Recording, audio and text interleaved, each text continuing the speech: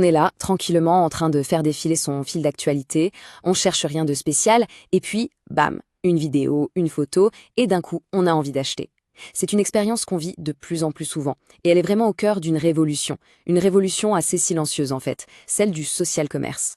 Alors là, attention, ça n'a absolument rien à voir avec le shopping en ligne classique, hein. Celui où on va sur un site, on a une idée bien précise en tête, on tape sa recherche. Non, ici, c'est tout l'inverse. L'achat, il arrive presque par accident. C'est une conséquence de notre balade sur les réseaux, pas du tout le but de départ. Et ça nous amène à la grande question. Pourquoi est-ce qu'on se met à acheter des trucs qu'on n'avait même pas l'intention de chercher à la base? Qu'est-ce qui a changé, au fond, dans notre façon de faire? Et surtout, comment les marques, elles, doivent réagir à tout ça? Bon, allez, on plonge dans le vif du sujet. Le social commerce, ce n'est pas juste un autre endroit pour vendre des trucs. Non, non, c'est bien plus profond. C'est un vrai changement de mentalité. On passe d'un modèle super simple, transactionnel, un clic, un achat, à un modèle qui est basé sur la relation, où ce qui compte, c'est la communauté, l'échange. Et pour vraiment piger comment naviguer dans ce nouvel univers, il faut comprendre qu'il y a deux états d'esprit. Deux mondes totalement opposés en fait. Et c'est ça la différence fondamentale entre le e-commerce qu'on connaît et le social commerce. Voilà, l'image parle d'elle-même. D'un côté, quand on est sur son téléphone, sur les réseaux, on est en mode découverte. On est là pour flâner, se marrer, explorer, un peu comme on se baladerait en ville sans but précis. Et de l'autre côté, le e-commerce classique, c'est le mode objectif. On a une mission, trouver un truc, le comparer et l'acheter. Point. Donc le truc vraiment crucial à comprendre, c'est que les vieilles recettes ne marchent plus. Les stratégies qui sont parfaites pour quelqu'un qui sait ce qu'il veut acheter, eh bien elles sont complètement à côté de la plaque pour quelqu'un qui est juste là pour se détendre.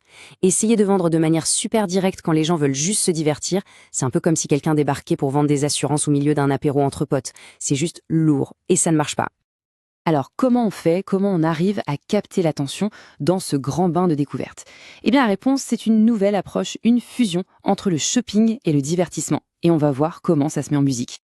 Le mot à retenir, c'est shoppertainment. C'est un concept qui a explosé avec TikTok et l'idée est à la fois simple et radicale. Le contenu de marque ne doit plus être une pub qui interrompt le fun. Non, le contenu est le fun. L'achat, la conversion, ça devient juste la cerise sur le gâteau, la suite logique d'un contenu qu'on a vraiment kiffé. Et cette stratégie, on peut la découper en 4 grands piliers. Le premier, la base de tout, le socle, c'est le divertissement. Sans ça, tout s'écroule. Ensuite vient l'authenticité. C'est elle qui va créer la confiance. Après, on a l'interaction qui va souder la communauté. Et tout à la fin, seulement à la fin, on pense à la conversion. Cette phrase, elle résume absolument tout. Fini l'époque des pubs parfaites, des photos de studios retouchés à mort. Aujourd'hui, on se méfie de ça. Ce qui marche, c'est le lo-fi, le contenu qui fait vrai, un peu brut, spontané. Une imperfection qui sonne juste, ça a beaucoup plus de valeur qu'une perfection qui sonne faux. Et ce besoin d'authenticité, eh bien, ça nous amène à un vrai basculement du pouvoir. La confiance, elle ne vient plus d'en haut, de la marque qui nous dit « croyez-moi ». Non, elle vient des autres, des pairs, de la communauté. Du coup, le contenu qui a le plus d'impact, ce n'est plus celui que les marques payent des fortunes pour créer.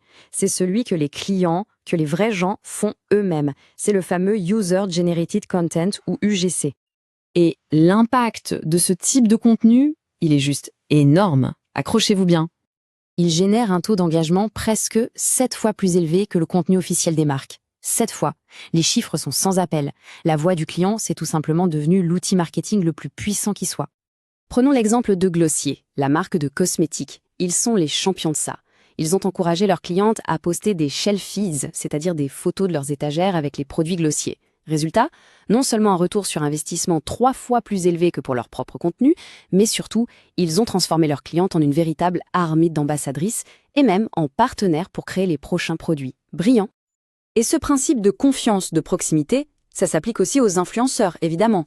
Le vieux modèle de la méga star intouchable, super distante, ça marche de moins en moins. Ce qui cartonne aujourd'hui, c'est l'influence qu'on pourrait qualifier d'accessible. Des créateurs qui sont proches de leur communauté, qui créent un vrai lien, une connexion authentique.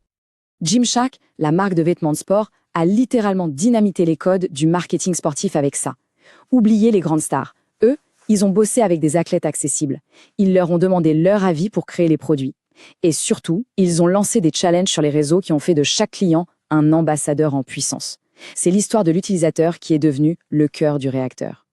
Bon, si on change complètement la stratégie, c'est logique. La façon de mesurer le succès doit changer aussi.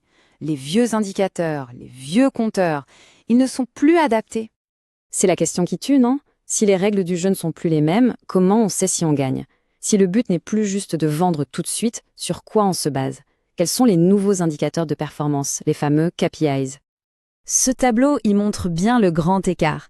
Avant, le focus c'était la vente, tout de suite. Maintenant, c'est l'engagement de la communauté. L'indicateur principal, ce n'est plus le nombre de clics, mais le nombre de partages. On ne regarde plus le gain à court terme, mais la valeur du client sur le long terme. Et la confiance, eh bien, elle ne vient plus de la marque, mais de la preuve sociale, de ce que disent les autres. Et pourquoi ce focus sur le partage? C'est simple. Un like, c'est facile, ça ne coûte rien. Mais un partage, c'est une recommandation. Quand on partage quelque chose, on engage sa propre réputation. On dit à son entourage, regardez, ça c'est bien. C'est un vote de confiance qui a 1000 fois plus de valeur. Et tout ça, ça nous amène au concept final. Oubliez l'ancien modèle, le fameux entonnoir de conversion où le client tombe dedans et c'est fini. Aujourd'hui, on parle d'une boucle infinie. L'achat n'est plus la ligne d'arrivée, c'est le point de départ d'un nouveau tour. La personne qui achète va créer du contenu, ce contenu va être découvert par d'autres qui vont s'engager, acheter à leur tour, et la boucle recommence. C'est un moteur qui s'auto-alimente. Alors, pour résumer tout ça, les nouvelles règles du jeu sont assez claires. D'abord, on divertit, ensuite on vend. La communauté n'est pas une cible, c'est le cœur du réacteur, notamment via l'UGC. On choisit l'influence accessible, la proximité plutôt que le rêve inaccessible. Et enfin, on arrête de compter juste les clics, on mesure les partages, parce que c'est ça qui fait tourner la fameuse boucle infinie. Ce qui nous laisse avec une dernière question. Une question un peu philosophique. Dans ce nouveau monde de boucles infinies, est-ce que la marque est encore le héros de l'histoire ? Ou est-ce qu'elle est devenue la scène, la plateforme sur laquelle les vrais héros, eh bien, ce sont ses clients? C'est une idée qui change pas mal de choses, à méditer.